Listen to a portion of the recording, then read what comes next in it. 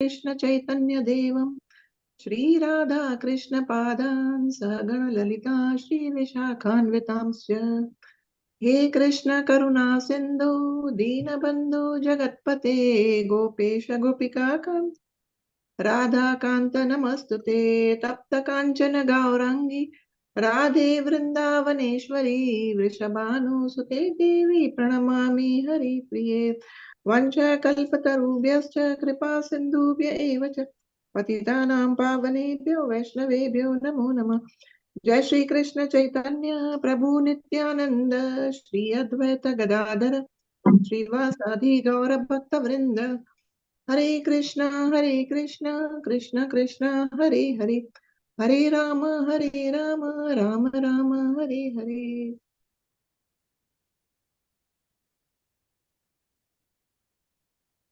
Thank you all for joining in today for this session. I'm really grateful to each one. Seek your blessings before I can speak on this very beautiful esoteric topic.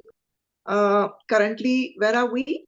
Anybody can recall which chapter are we doing? Yes, Mataji, we are viewing the Pandavas retire timely. That chapter. Timely, yes. Very nice. And what is happening so far? Where have we reached? What have you seen? Krishna has left this planet. Arjuna is feeling very, very dejected. Yes, he is feeling the pangs of separation, right? Anyways, so we'll begin with today's verse. We have to cover 4 verses today. So 1.15.27. Who will be reading the verse and the translation both. We're not doing the purport today because this purport is very long. So I will be giving you summary of that purport. So one of you can kindly read this verse, please. Yes, Mataji, I'll start. Yes, please, Mataji. Pranam 6:27. Deshakalartha-yuktani dattapopashamani cha haranti smaratas-chittam govindha-vihitani me. Translation as well. Translation by Divine Grace Srila Prabhupada ki jai. Now I am attracted to those instructions imparted to me by the personality of Godhead Govinda because they are impregnated with instructions for relieving the burning heart in all circumstances of time and space. Thank you, Mataji. So here in this verse, smaratas and hritatapo pashaman. So tapa we understand, right? Sufferings, burning. Srila Prabhupada in synonyms gives tapa as burning. And we will see now, we can't take the whole of the purport. It is pretty long. So what have I done is I've just taken a summary and few lines I have written down on here next to me on the piece of paper. Primarily, this verse is, as I said, Arjun is feeling the separation, a deep separation from in his heart, because Lord has already bound up the Leelas and he's gone back to his abode. This verse is primarily highlighting one thing, what is Arjuna remembering now in this verse? The instructions given by Krishna, right? We read this verse. He's remembering Smaratas. So this verse is primarily highlighting preciousness and potency of Bhagavad Gita and the instructions which Krishna has given to Arjuna in Bhagavad Gita, right? So Arjuna is recalling all those instructions now. And that we will see is giving him solace. That is giving his heart tapa. That burning in the heart will slowly be subsiding and he will get some solace. That we are going to see now in other 3 verses also. So here one Acharya explains, what Bhagavad Gita we celebrate Bhagavad Gita Jayanti, right? Why do we celebrate that? Why do we celebrate that? It was that day when the Bhagavad Gita was spoken. Perfect. Thank you, Mataji. Yeah, so that is the day Bhagavad Gita advented. It was spoken by the Lord to Arjuna. But is that the only day it advents? One Acharya says it advented for the second time in the mind of Arjuna. So even we keep hearing about Bhagavad Gita, but the advent actually happens when we contemplate think of what we have learned through those instructions of Bhagavad Gita. That is the real advent of Bhagavad Gita in our life, So otherwise, yes, it remains, but it's Bhagavad Gita is definitely not about just rattling off some verses. It's good to recite the verses, to memorize them. In fact, just yesterday in our yatra, we had a beautiful event for Akshaya Tritiya, which was memorize Gita. Many Matajis participated in shloka recitation. It's good because it is transcendental. These are the words spoken by the Lord himself. And the words of the Lord and Lord are non-different, obviously. Gita is the sound incarnation. Bhagavad Gita is the sound incarnation of the Supreme Lord. Srila Prabhupada also writes in his purport. It is a matchless gift which Srila Prabhupada gave to this world. But are we remembering, thinking, applying it when we need it? Prabhupada in this purport, one line he beautifully writes, Bhagavad Gita can be consulted in all critical times. So when we are faced with many things in this material world, whom do we consult? Do we consult Bhagavad Gita? Do like Arjuna, when we are disturbed, when there is a heart is burning with so many things happening in our life, when adversities strike us, are we able to think like Arjuna about Bhagavad Gita? That is the real test and challenge. So that Acharya was telling, when it manifests in the mind, that is the real advent of Bhagavad Gita in our lives.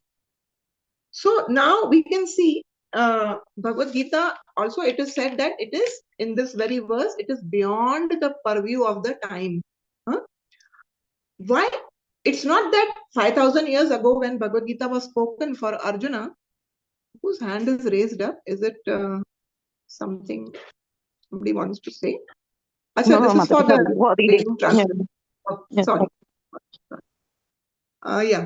So is it that Bhagavad Gita was applicable only at that time, 5,000 years ago, when Arjuna was in the warfare battlefield? That time Krishna spoke, so it is applicable only at that time?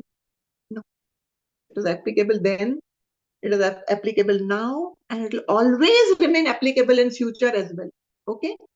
This scripture is eternal. As I said, these are words of the Lord, and these instructions are non-different. So this is the beauty of Bhagavad Gita. But then here Arjun will find solace by remembering only the instructions of Bhagavad Gita. So how is it?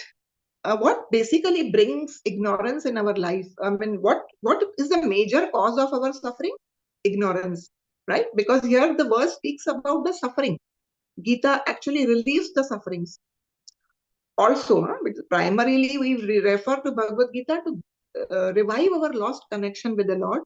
But in the initial stage here, it is telling Arjun is so aggrieved because he cannot bear the separation from the Lord. So now these instructions are really going to pacify him and give him that solace.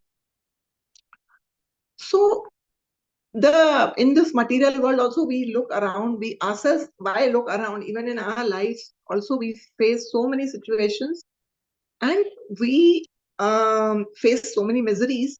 Why do we face them? Because of ignorance. If somebody abuses me, I feel agitated because of my ignorance. Ignorance that I consider my body as a self. If my body is diseased, I get a disease, I'm again in a big difficulty, trauma, and so much of stress and anxiety. If I lose a near and dear one, again it causes me pain. All this happens because we are so much in ignorance of the real knowledge. What is Bhagavad Gita basically? Why does it bring solace? Because it is like that sword. In Bhagavad Gita only it is said, with the sword of knowledge, Lord says, you can cut what you can cut. Your entanglements of this material existence, right? So many entanglements, so many attachments, so many illusions. These are all cut by the knowledge from Bhagavad Gita, by these powerful, potent words of the Lord. So this is really helping us. And primarily, we cannot go in the depth of Gita considering this verse. We have to take 3 more verses. Primarily, what are the main teachings which really bring enlightenment in our lives? You all have been reading Bhagavad Gita now. It's been a very long time. Krishnamurti Prabhuji some time ago was also feeling really from his heart and sharing that how much change he feels within himself. So how has Gita helped you all, if I may ask you all? What primary teachings of Gita have been a life changer for you all? Anybody can share the inputs?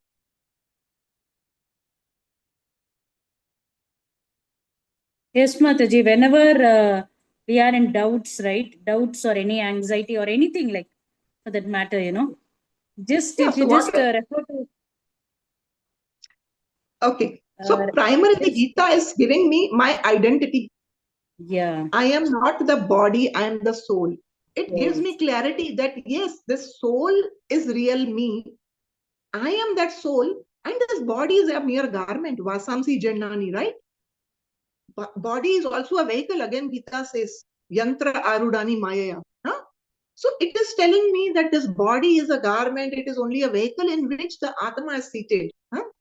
Atma and the body are 2 different things. This is clarity is given in Gita.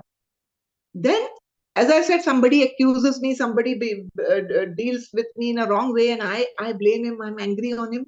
Again, ignorance. Why? Because again, Gita teaches me that he is only the instrument of my karma. Gehana karmano gati, right? So again, there Gita illuminates me and teaches me that no, I don't have to blame that person. It's all because of my karmas. Thirdly, in this material world, I'm always looking for happiness in this material thing, in that material thing. But Gita enlightens us that material world is a place of misery. So stop looking at happiness from all these things, the material world. These are, I'm just telling the gross and the primary teachings which we can easily relate to. Then also, it tells you what is the goal of life. What is it? Krishna Prema. The Sarva Dharman Parityaja, Lord tells you in the end, please surrender to me. Man mana bhava madbhakto, he's telling you. So we don't know the goal of life. When I was small, I used to think, oh, I should just be done with my school. School means so much of discipline, uniform. I better enjoy in college. College is nice life. When I finish my college, I want to marry. When I marry, I want to have children. And when I have children, I want to earn more. I want to settle my children. And the life just goes on aimlessly. Actually, it's just like groping in dark. I have no knowledge. So just like I'm following others, blind following another blind person. So what will happen? We're all going to fall in a ditch. So this is what is the situation of the world today when they don't accept this knowledge from Bhagavad Gita, the scripture. So it even tells us about the goal of life. See, when deaths happen, it will happen in every family because the body is perishable. But then some people are so devastated, they cannot just take it up. But when we have this knowledge, I fully agree, we have not realized it, but at least today we know theoretically by Srila Prabhupada's mercy that the soul is transmigrated to another body and the soul doesn't die. It cannot be, there's no death for soul. It's just the body that has died. So this is all these teachings of Bhagavad Gita, very profound, very sacred teachings when we are reading them. And as I said, as that Acharya said, we have to read them daily and also keep in the smaran, apply it, yes, it also teaches us about how we are controlled by the modes. So when I'm working in the office and my boss is really super angry on me, I know he's controlled by the mode of ignorance, So like that, we have to do the smaran, whatever we have learned in the Bhagavad Gita. How can we see it, So this is how we have to be seeing through, not just materialized through the eyes of the Shastra. So this is what it is meant, and Arjuna is going to do that. These instructions he's remembering in his mind. Now he's going to really see it through the spiritual vision. This incident, what has happened in his life. So Prabhupada also gives one statement in the purport. You all please read the purport. It was very long. Srila Prabhupada says, same benefit can be derived by us today as Arjun did in physical presence of the Lord. So as I said, Arjun ke samne to Krishna khada tha. You all will say, Mataji, we don't have Krishna in front of us. So for Arjun, it was a different scenario. For us, it is different. Again, as I said, the instructions of the Lord and Lord are non-different. It is same thing. I'll tell you about me. There was a time in my life when I was in India, and my family, one person, old person, my father-in-law was so very ill and sick. He was paralyzed. I couldn't go to the temple, ISKCON temple, where I was literally going every day and serving. So then my temple president told me, you take this Bhagavatam. The whole set came in my house. You sit and serve this person, at the same time read Bhagavatam for your daughter as well as for this elderly person. Make both of them devotees. Now, I am very new. I don't know what bhakti also means. But he said, trust my words. You are reading Bhagavatam. You are in association with Lord and you are in association with Srila Prabhupada. Honestly speaking, really one to one, each verse when I read all those 18,000 verses by the mercy of my Shiksha Guru, really helped so much. Otherwise, I would have been just fretting and fuming, oh, I'm just locked in this house and it took few years for him to literally walk on taking a stick and walk. So it was difficult for me to go up. So this is how Prabhupada has mercifully given us these beautiful books of his. I'll tell you one disciple of Srila Prabhupada. See, we cannot experience as per this verse what Arjun is experiencing, separation from Lord. Because we are conditioned souls. We don't have that kind of attachment for the Lord. Arjun loved Lord in Sakhya Bhav. And their friendship was very deep. So let us understand through another example. One Prabhupada disciple, he was from US, and he just chanced upon Prabhupada's Bhagavad Gita as it is in that country. When he read it, he really felt so different, like his perspective changed. Then he went and picked up all the books of Srila Prabhupada and he read all of them. And after that, he was looking, where is this temple now? And then he landed up in a Boston temple. He lived there. He became a brahmachari. He got Diksha by Prabhupada, and these were days when Srila Prabhupada was just going around the globe. He was not just stationed at one place. He was doing preaching. He was going opening centers all around. And he would give even sometimes Diksha through letter, that so and so is now, I'm giving him this name, and then the fire sacrifice would happen there at the temple. Now, this devotee a disciple of Prabhupada got a name. He got his beads from wherever Prabhupada was, he sent him. And he was doing his bhakti. But somewhere deep in his heart, I have not met my spiritual master yet. That longing, that separation from the spiritual master was to that extent. And then the time of second initiation came when he has to take Gayatri mantra. Again, Prabhupada recorded that mantra, which they are supposed to chant during Gayatri, during 3 times of the day. He recorded it and sent him. And this is how he initiated him as a Brahmin Diksha. Again, he didn't get the physical association of his Guru. But then he just had this feeling in his heart that daily he used to pick this Bhagavad Gita up, as Mataji said, whenever he would be in doubts and confusions, or when his mind would sometimes overpower him, he used to just take the Bhagavad Gita randomly, he would open any page, and when he would read, he would at least get so much solace and satisfaction, and he would be in joy and bliss. So this is how he was explaining that how he actually got that conviction that I am in direct association with Supreme Lord. And Lord, he is answering what is there in my heart. So actually, the Guru is only a representative of the Lord. And also, Lord is seated in your heart. And Bhagavad Gita, again, the words are non-different from the Lord. This is how it worked for him. And then he was really blissful, happy in serving Srila Prabhupada's mission. So this is how what I was trying to explain, that here Arjuna is feeling a deep separation from Krishna, and the instructions of Bhagavad Gita really pacified him and he felt very good. We also see in this world today, in this material world, especially when COVID happened, or even prior to that, people who are not in knowledge, they have big degrees. I mean, I'm not trying to bring anybody down, all due respects, but the maybe engineer, maybe much more higher degrees, those big techies who are tech savvy people, but then just being in the grip of anger, they are killing their family, they are throwing their child up from the balcony out of frustration, cannot control anger. So much news we read like that. We don't read, we come across, somebody or the other keeps telling. And this is how they destroy their valuable, precious human form of birth. They don't realize. Because when you are bereft of this knowledge, knowledge is available, but you're not using it. You're not you're living a life which is completely in this material world how it should be. It's completely tainted with all these modes and only material desires, only looking for happiness in this person, this thing, that thing. So this doesn't satisfy your soul, and you end of the day you are so frustrated and you take wrong decisions. Again, you are in this is a vicious cycle. Ignorance leads to wrong actions. Wrong actions give you reactions. Reactions again give you a different. You are in a different species of life. You just keep rotating round and round, and there's no way you can come out of this vicious cycle. So Bhagavad Gita is so essential for all of us.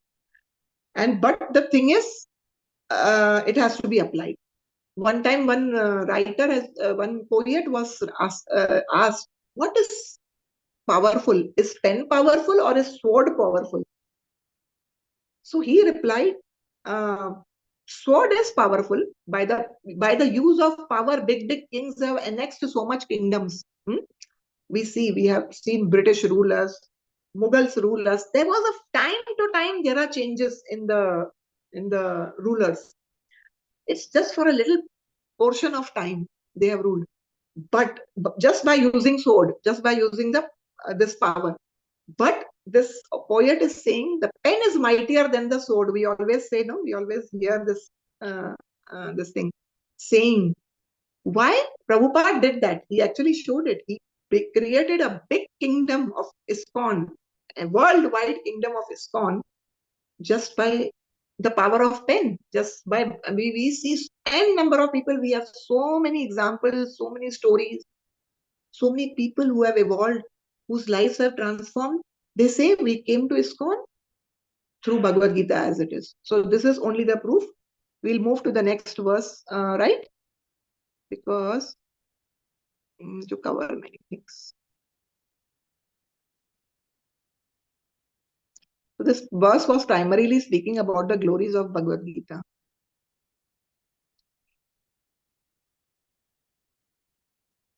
See, such a big purport it is, but I advise you all read it. It's very beautiful lines written by Srila Prabhupada. Let's go to the verse number 28. Who's reading the verse, please? Read it. Alright, Mataji. Hare Krishna. Please, Mataji. Hare Krishna. Hare Krishna. Suta uvacha evam chintayito jishnoh Krishnapada saroruham sauhardena tigadhena shantasid vimalamatihi. Translation, please. Translation by His Divine Grace Srila Prabhupada. Srila Prabhupada ki jai. Yeah. Suta Goswami said, thus being deeply absorbed in thinking of the instructions of the Lord, which were imparted in the great intimacy of friendship, and in thinking of his lotus feet, Arjuna's mind became pacified and free from all material contamination. Thank you, Mataji. Hare Krishna. Somebody else could read the purport also. This is not too big. Yeah. Hare Krishna. Shall I read, Mataji? Yes, please. Yeah, Since one of you, please read. Since the Lord is absolute, deep meditation upon him is as good as yogic trance. The Lord is not different from his name, form, quality, pastimes, entourage, and specific actions. Arjuna began to think of the Lord's instructions to him on the battlefield of Kurukshetra. Only those instructions began to eliminate the tingers of material contamination in the mind of Arjuna.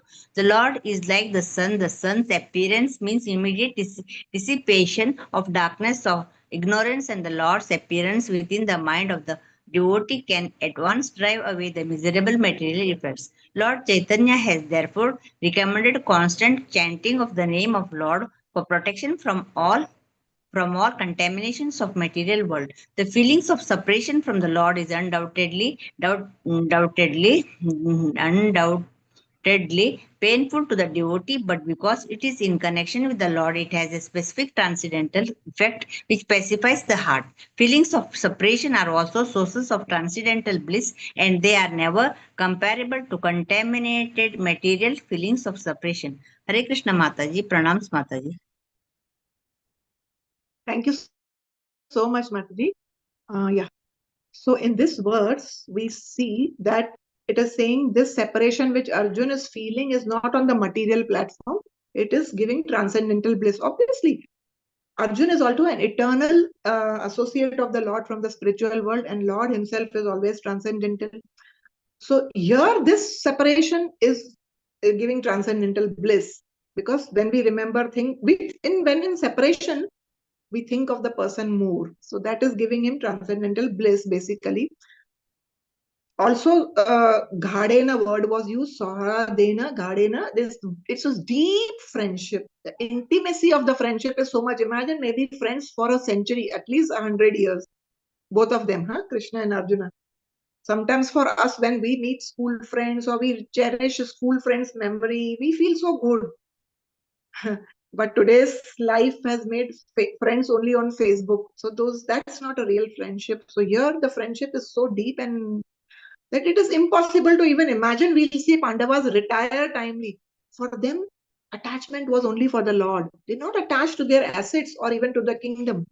We'll see further, that other speaker will take it up. But Pandavas were intensely attached, especially here Arjun's mention is made. So now we are seeing here in Isha Upanishad also, it says, Prabhupada writes, I think it is mantra number 8, that Lord is a Shuddham. Shuddham means Prabhupada explains there, interprets that word Shuddham as, it's like an antiseptic agent. Antiseptic we apply now when there is infection or something happening. We put an antiseptic to heal it. Similarly, when we are contaminated, we come in contact and association of the Lord through chanting or reading these scriptures or through Bhagavatam. He acts like antiseptic agent for us. Even there in that same Ishopanishad only, Prabhupada says that he also acts as prophylactic agent. Now, what is the difference? Prophylactic agent means you've not got infection, but if you are in association with Lord, then you will not get infected. So it's like that. One is before infection and one is after infection. So both ways Lord works. And the process of bhakti, how is that? Nectar of Devotion says there are other qualities also, but this says it is Shubhada. What does Shubhada mean? It's a very simple word to understand. Shubhada, auspicious, right? Bhakti is always, it bestows auspiciousness, Shubhada. And Kleshagni, it is another characteristic of Bhakti. So Kleshagni, we are reading, Tapa, it relieves. Arjun remembered the instructions of Bhagavad Gita and it relieved his sufferings. So this is what Bhakti does. Firstly, it is auspicious, and next, it relieves you from your painful suffering situations. See, the difficulties, the three tapas will remain in the world. I'm not saying by doing bhakti that will not come in your life. It will come, but you will not be impacted by it. It's just like you're walking over a thorny street, but now you have slippers on your feet. So how are the thorns going to impact you deeply? It's not going to hurt you. So now you are in knowledge. When you are in knowledge of the scriptures, so the impact is not that heavy upon you. So we saw that bhakti is kleshagni. But when we are doing bhakti, the beauty is our intelligence is purified. What do you mean by purified intelligence? Anybody can share? What does purified intelligence mean? Without any material contamination or without... See, we are living in material world. Contaminations are there, but purified intelligence means when I have the complete knowledge what is good for my soul. Now I don't want to do anything or think of anything that will satisfy my body. I will always think what is good for my soul. I will give you an example now from the Bhagavatam. In Srimad Bhagavatam, there's a beautiful example of Dhruv Maharaj. You know what happens? One time Yakshas attack his brother Uttama, and Uttam gets killed by the Yakshas. And Dhruv Maharaj is a little angry and he attacks all the Yakshas and he's just going on chopping and killing them. He's really in a mood to kill all the Yakshas. That time Swayambhu Manu comes and he is telling Dhruv, for one yaksha, you are killing all the yakshas. Stop this killing. So then this Dhruv Maharaj is pacified and then he stops killing them. So Kuber, who is the master of the yakshas, is very pleased and he comes and he is actually asking Dhruv Maharaj that, what should I give you? I am ready to give you anything since you stopped killing the yakshas. What benediction do I give you? So what do you think Dhruv Maharaj will ask? Dhruv Maharaj will not ask anything. Prior also he has done that and he is not wanting anything for his bodily comforts or anything. You know, what does he ask? He says that I want the remembrance of my Supreme Lord. Remembrance. Constant remembrance of the Supreme Lord. Harau achalitam smritim. Achalitam means unflinching remembrance. Constantly I should be remembering my Lord. This is what he's asking from Yaksha. This Kuberji. If you are happy, give me this. So this is what I mean by purified intelligence. When you are asking what is good for the soul. But if somebody asks Dhruv that why do you need this constant remembrance of Lord? What will happen by that? So Dhruv is saying in that verse only to Taranti ayatanena duratyaya tamaha. So I will easily cross over this material ocean ayatanena without much endeavor. Just by remembering Lord, I will easily cross over this material ocean, which is otherwise duratyaya. It is not easy to cross over material ocean. So this Vani of Krishna is so nectarine. It is like a nectar, but why are we being conditioned? We don't like it. If somebody told every day you sit and read one chapter of Bhagavad Gita or hear or recite Bhagavad Gita verses, we don't like it. Why? We don't have the taste currently. But in Chaitanya Charitamrita, I think somewhere Krishnadas Kaviraj Goswami writes that it is Amrita Tarangini. Krishnera Madhuravani Amrite Tarangini. It is like Amrit, but what he's saying, your ears are like, why I don't like? Because he's saying ears are like broken conch shell. Conch shell, no, we blow. So when the conch shell is broken, is it of any use? Will it make any sound? It is of no use. So similarly, our ears are also useless if we don't like to hear the nectarian pastimes or even the Krishna's Vani, Madhura Vani, which is like nectar. Further, it is said in that very verse, in that scripture, a devotee should be like a swan and he should be like a chatak bird. Swan, what does it take? What does it do? It separates milk from the water. It only takes the essence, right?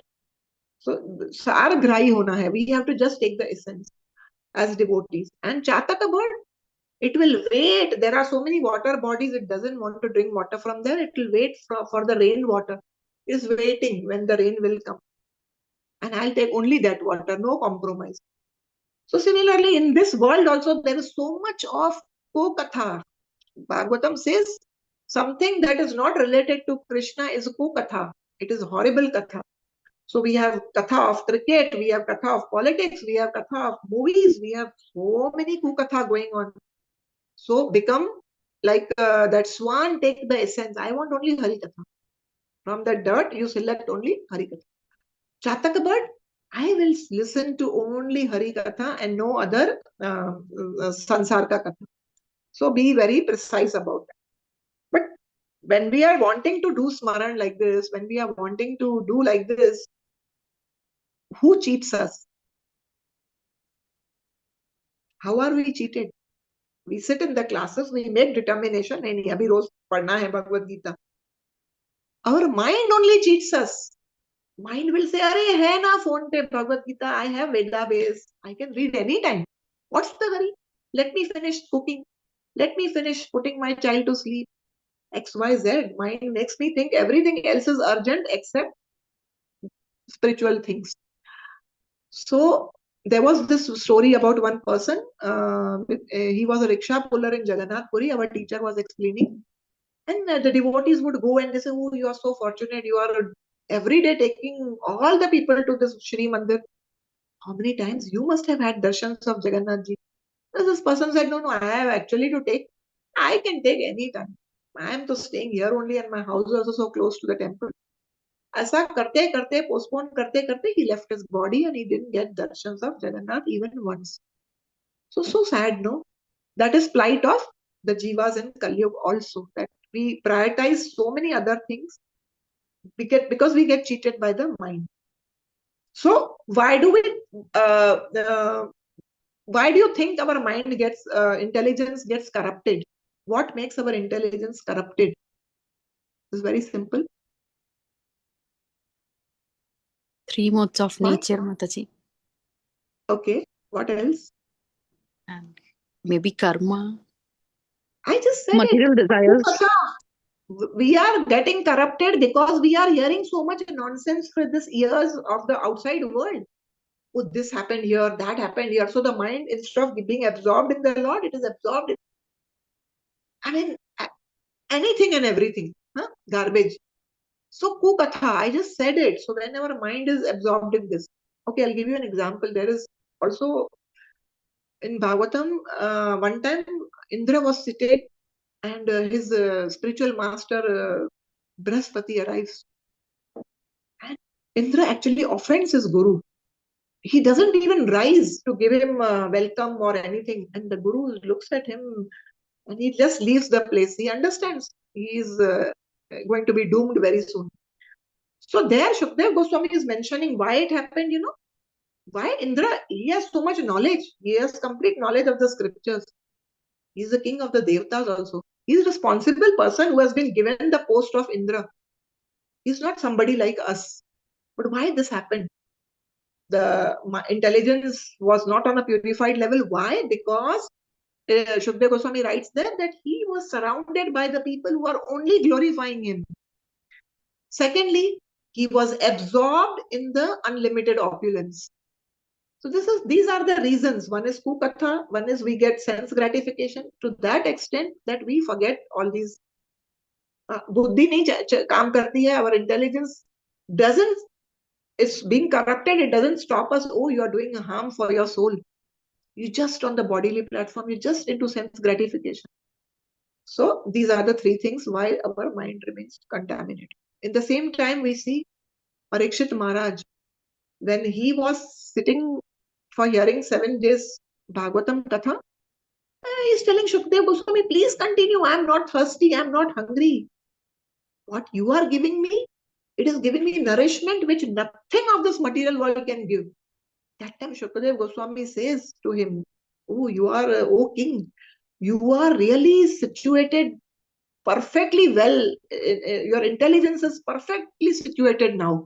Why it is perfectly situated now? Because you are attached to the Vasudev Katha. This is our barometer. We have to understand. Am I attached to Vasudev Katha or am I attached to like Indra opulences, sense gratifications and many things? Of course, further it says in Bhagavatam, Indra realizes his mistake. But this happened like that.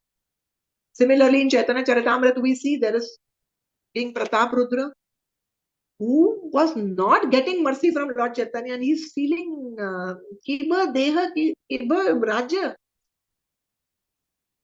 I'm not worried for my Deha, for my Raja. It is of no use if I don't get mercy of Supreme Lord Chaitanya. Lord Chaitanya wasn't giving him. He was sannyasi. He didn't want to associate with somebody kingly. And Pratap Rudra makes every attempt and he's not happy with his kingdom also. That I don't want it. I want mercy from Lord. So our consciousness should be like that. Refuse the sense gratification, accept the Lord and in the life. Person should use his wealth, people around him. If these are not helping him to grow close to Lord, then that's a dangerous situation.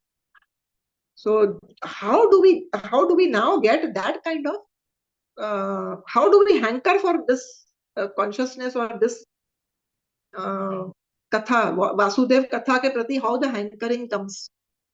What do you think? What is your views on this? How can we come to this level like Parikshit that no, I want to hear more and more katha?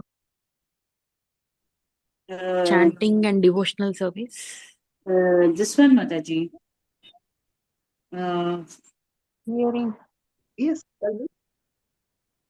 In chanting also, sometimes we do mechanical chanting, but always thinking about Krishna, remembering Krishna, and When we understand, our teacher was explaining, when we understand the value of a thing. See, when we understand the value of a thing, if I gave you diamond necklace, Mataji, if you don't know the value of it, you will just keep it as a paperweight, or you will keep it anywhere in the kitchen.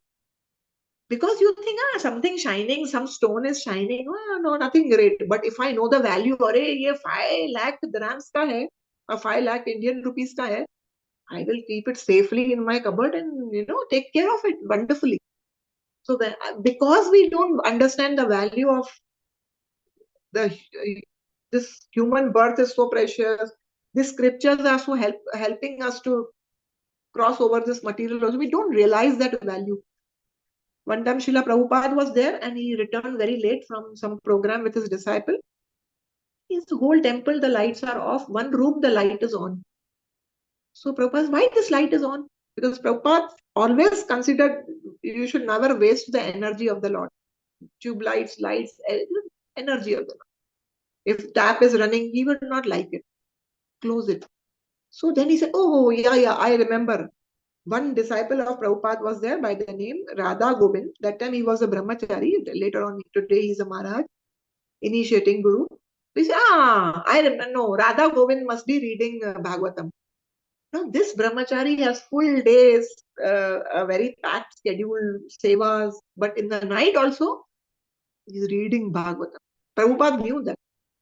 And the kind of taste Maharaj has for Bhagavatam, and when we sit for his Bhagavatam kathas, it's really out of this world. So, person understands the value, he will even ready to give up his sleep. I mean to say that. So, we'll go to the next verse, 29, 30. I hope it was clear. You all look confused. It's clear, Mataji. Thank you. Yeah. So, can we read the 29th verse? Hare Krishna Mataji. Hare Krishna. Thank you. Please read. Vasudevangri anudhyana paribhrimita ramhasa bhaktya nirmatita shesha kashaya tishano Arjuna. Read the Translation by translation as well, Mataji. Srila Prabhupada ki Jai. Arjuna's constant remembrance of the lotus feet of Lord Sri Krishna rapidly increased his devotion, and as a result, all the thrash in his thoughts subsided. This purport is also small. Can we take it up? Yeah, one of you can read, please. Yes, Mataji. Yeah. Purport by His Divine Grace Srila Prabhupada ki Jai. Material desires in the mind are the trash of material contamination. By such contamination, the living being is faced with so many compatible and incompatible things that discourage the very existence of spiritual identity. Birth after birth, the conditioned soul is entrapped with so many pleasing and displeasing elements which are all false and temporary. They accumulate due to our reactions to material desires, but when we get in touch with the transcendental Lord in his variegated energies by devotional service, the naked forms of all material desires become manifest, and the intelligence of the living being is pacified in its true color. As soon as Arjuna turned his attention towards the instructions of the Lord, as they are inculcated in the Bhagavad Gita, his true color of eternal association with the Lord became manifest, and thus he felt freed from all material contaminations. Thank you, Mataji. Hare Krishna. Thank you so much. So here you all saw this, Prabhupada is writing, intelligence of the living being is specified in its true color. So all this time we were talking how we can purify the intelligence. Intelligence is corrupted, and that's why, and in the beginning it is already written, it is trash. Material desires in the mind are the trash of the material contamination. Material desires come because we associate, we hear the things which are of this material world. We don't want to hear Harikatha. One more line I would like you to draw attention upon. The second last line, please. His true color, they're talking about Arjun, his true color of eternal association with the Lord became manifest. I repeat, his true color of eternal association with the Lord became manifest. let's understand this. True colors, we already hear, normal parlance also we hear, he's showing us true colors. So true colors means his original identity. Prabhupada used to always share this short story about a jackal who by mistake fell in a blue dye. When he fell in the blue dye, obviously he became a blue color animal, and all the animals in the jungle are wondering, "Arey, ye kaun sa animal hai?" So he took advantage of that. And then he said, "I am the king of the jungle now. You all must obey me." And all animals are serving him, thinking, "Oh, he's somebody different. We've not seen this type of animal ever." And then what happens? One night, some jackals are howling. He gets carried away, even he howls. That's when the animals come to know, "Arey, he is a fool. He's just a jackal and he's trying to cheat us by this blue dye." So similarly, true color means what is our true reality that comes out. Here, Arjun's eternal association with the Lord that gets manifested. That means even in devotee community, sometimes, I put a sari, I put a tilak, I put a kanti. These things are externally showing me that I am a devotee. But Prabhupada said one very beautiful line. Your devotion will be tested at the time of your death. That is the exam that everybody, when he passes, only then he can actually say that that person was really a devotee. That is a real true color. So let us understand who are those type. How do we understand what are the features of those with true color? Here again, I mean to say true color means a true, pure devotee of the Lord, a bona fide devotee of the Lord. How do we recognize them? What are their features? It's very interesting to understand. The first thing that he will see, he'll see everything same. He'll be same in every situation, rather. I'll give you an example. When Prabhupada went from here to the Western countries, he was firstly staying in one place, when the burglar attacked and he took away his typewriter and tape recorder and everything. Then his few disciples who were there, they moved him to Bauri. Now, Bauri at that time in that country, it was such a horrible place, not fit for a gentleman to be there. Prabhupada, one day his disciples actually told him, "Prabhupada, we are sorry we brought you here." Imagine Prabhupada was sitting in Vrindavan, Radha Damodar temple, sitting there, writing, reading books, absorbed in his bhakti, spiritual abode. He's sitting of Srimati Radharani, coming and staying now in Bauri. But when the devotee said like this, Prabhupada says, "No, no, no, Bauri is Vaikuntha for me." So a pure devotee, an eternal associate of the Lord, will always see every situation, circumstance in a similar manner. We get upset with little changes. If anything, if I change my house, oh, this is a small house. Oh, I bought a new refrigerator 2 days back. Oh, this is smaller. That one was nice, big. We have all these things, consideration. Srila Prabhupada started this movement with just mere 40 rupees. And his attitude was same when it became 40 crore property. By the time in 10 years, he had 108 temples. And the property that he owned became at least 40 crore.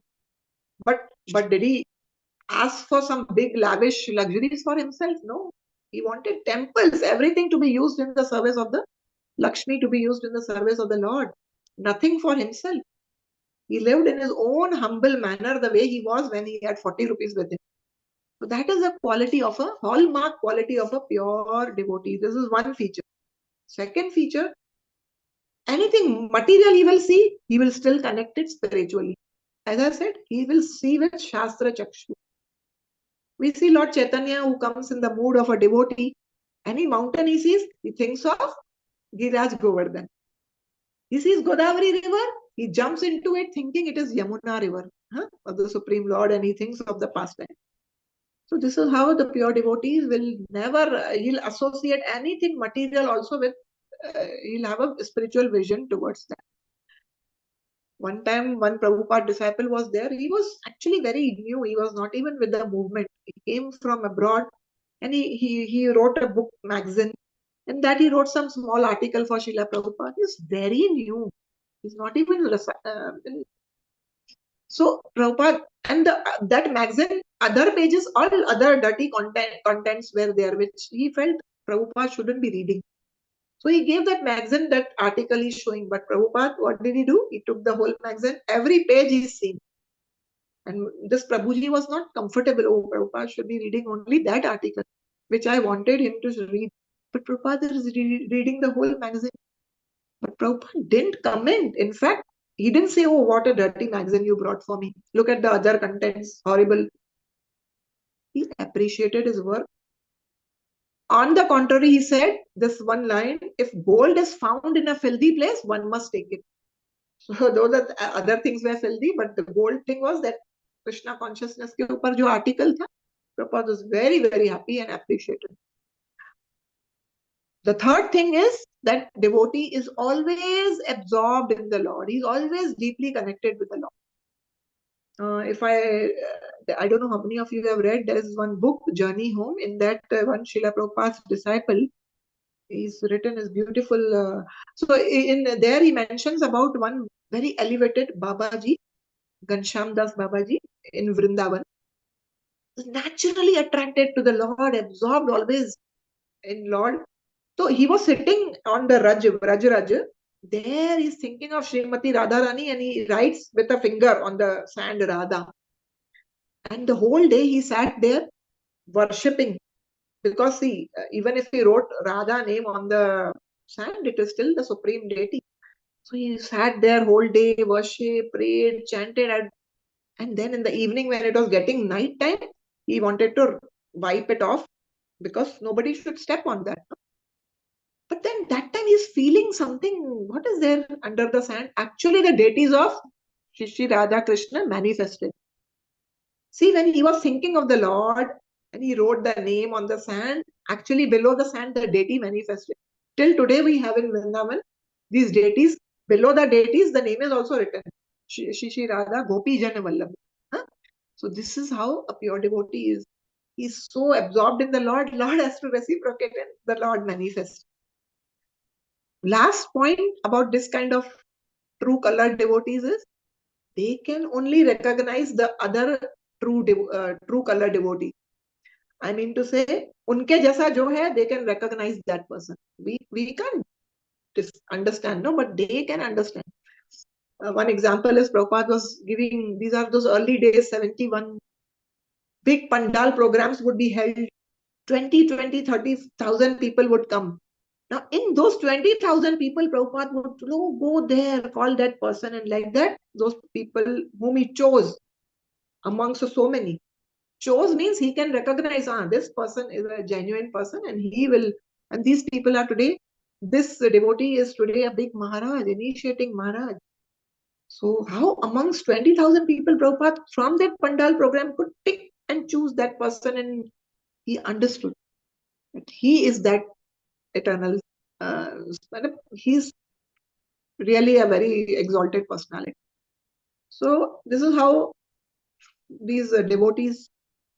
But now problem for us is, people like us is, how should we transform from false to true color? People like us, I'm talking at least about myself, we are in such a conditioned stage.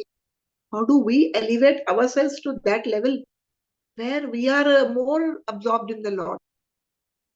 So the first thing is patience, dhairya. Dhairya and utsaha should always be there. Nectar of Instruction also says, उत्साह निश्चयात धैर्य तत्त कर्म प्रवर्तन. धैर्य नहीं होगा तो हमको लगेगा अरे मैं 2 साल से 5 years से I'm chanting, nothing is happening.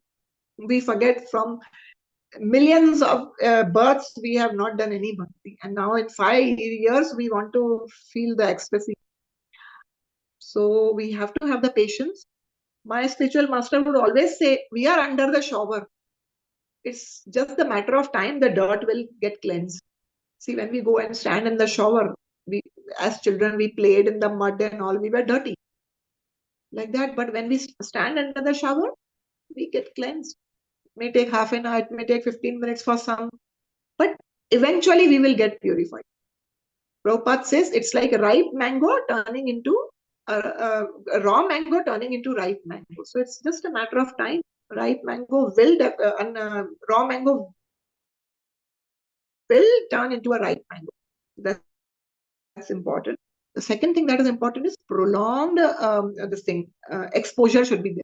As I said, we can't give it up easily.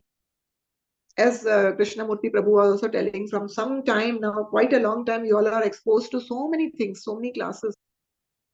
And you all are taking such nice interest. It is such an inspiring thing for us also. So prolonged exposure will help you to, chant more, remember more, keep doing that for a prolonged period. And that's what will bring effects and it will show up. Then the purification happens to that extent that in this very birth, Prabhupada said, is enough for you to go back to God. But continuity, consistency, that is important. And third thing is lolium. We should always have greed for more and more and more and more. That is more important thing. Aspire, hanker for more and more Harikatha. Or wherever any such programs are there, we should just jump and try and reach. Now we're going to the last verse of the day, which is very nice. Just read the translation because you all have to recite the verses as well. Yeah. The last verse, please, one of you. Can I, Mataji? Yes, please. Geetam Bhagavata Gnanam Yattat Sangrama Murthani Kala Karma Tamoruddham Punar Adhyagamat Prabhu. Mataji, translation as well. Sure, Mataji. Translation by His Divine Grace Srila Prabhupada ki jai. Because of the Lord's pastimes and activities and because of his absence, it appeared that Arjuna forgot the instructions left by the personality of Godhead. But factually, this was not the case. And again, he became Lord of his senses. Hare Purport Krishna, is small Mataji. as well. Yeah, we'll finish this as well. Yeah. Sure, Mataji. Sorry. Purport by Srila Prabhupada ki jai.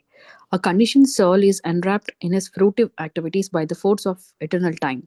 But the Supreme Lord, when he incarnates on the earth, is not influenced by Kala or the material conception of past, present, and future.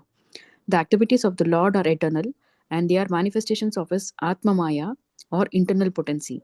All pastimes or activities of the Lord are spiritual in nature, but to the layman, they appear to be on the same level with material activities. It so appeared that Arjuna and the Lord were engaged in the battle of Kurukshetra as the other party was also engaged.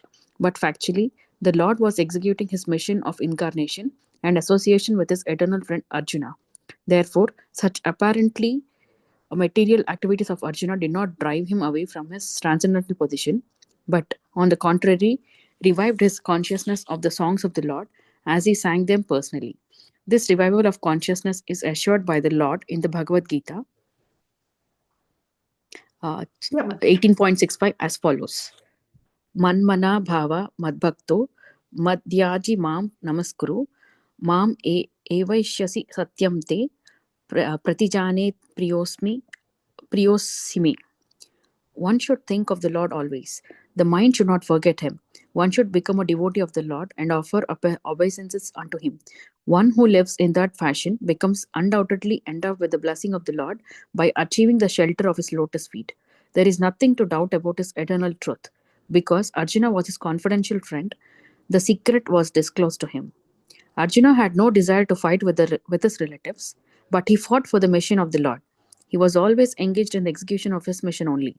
And therefore, after the Lord's departure, he remained in the same transcendental position, even though it appeared that he forgot all the instructions of the Bhagavad Gita. One should therefore adjust the activities of life in pace with the mission of the Lord. And by doing this, one is sure to return back home, back to Godhead. This is the highest perfection of life. Hare Krishna, Mataji. Thank you so much, Mataji. So here it is talking about the Arjuna fought that battle because that was the mission of the Lord. And initially, Prabhupada is also saying that it appears that Arjuna and Krishna are engaged in that war, and it appears like a material activity, but it is not. It is transcendental, and this was a dharma yuddha, and Krishna had a purpose for that. His purpose of incarnation, yada yada hi dharmasya. He had to kill all the miscreants. He had come to paritranaya sadhunam. He had to have those loving exchanges with his devotees, his pure devotees. He's having those exchanges with Arjun also as a sakha. So it apparently looks like that he has forgotten, but Arjun is a pure devotee, eternal associate of the Lord also. Lord himself put him in the illusion, as we know in Bhagavad Gita. And so that the Gita is given to this whole world, especially for this people of Kali Yuga. And he is not in ignorance, definitely, Arjun. Arjun cannot forget Lord. In fact, it is said that even when Arjun is sleeping, in sleep also you can hear that he's calling out Krishna, Krishna, Krishna. He is that caliber devotee. So here what was mentioned was Arjun didn't want to fight the war because he's feeling that how can he kill his near and dear ones, but the Lord, he participates in the mission of the Lord. So here we have to understand one thing, that we all also somewhere or the other we may feel that we are sitting at home, we are reading our Bhagavad Gita, hearing our classes, life is good. Why do we have to endeavor go out in the very intense weather, especially here in Gulf? We have heat goes to 50 degrees. There are countries where snowfall are there. People are putting the overcoats and the Sankirtan party goes out to make everyone hear the Maha Mantra. They are distributing books, facing so much inconvenience. They are preaching to so many people, going out of their way. As some time ago, our wonderful Krishnamurti Prabhuji was appreciating our Sugna Mataji, that you all are taking so much efforts. Ashish Prabhu, Sugna Mataji, yes. Because they are doing all this because one thing underlined is participating in the mission of Srila Prabhupada. When we cooperate and participate in the mission of the Lord, that is the real perfection of the life. So with that, I will close. Thank you so much. Hare Krishna, and really grateful for your patient listening. Sorry I rushed through with the shlokas, but it was quite a huge topics to cover. If anything is not clear, I believe if we have Sugna Mataji, she is always there to enlighten. Yeah, she's there. Thank you so much. Hare Krishna.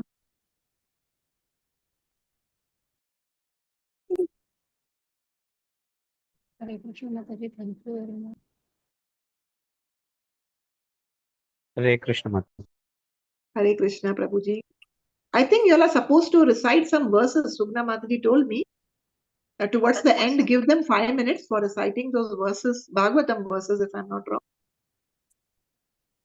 How does it go? Please, Sindhu Mataji, take over. Bhargavi Mataji, you want to do it now quickly?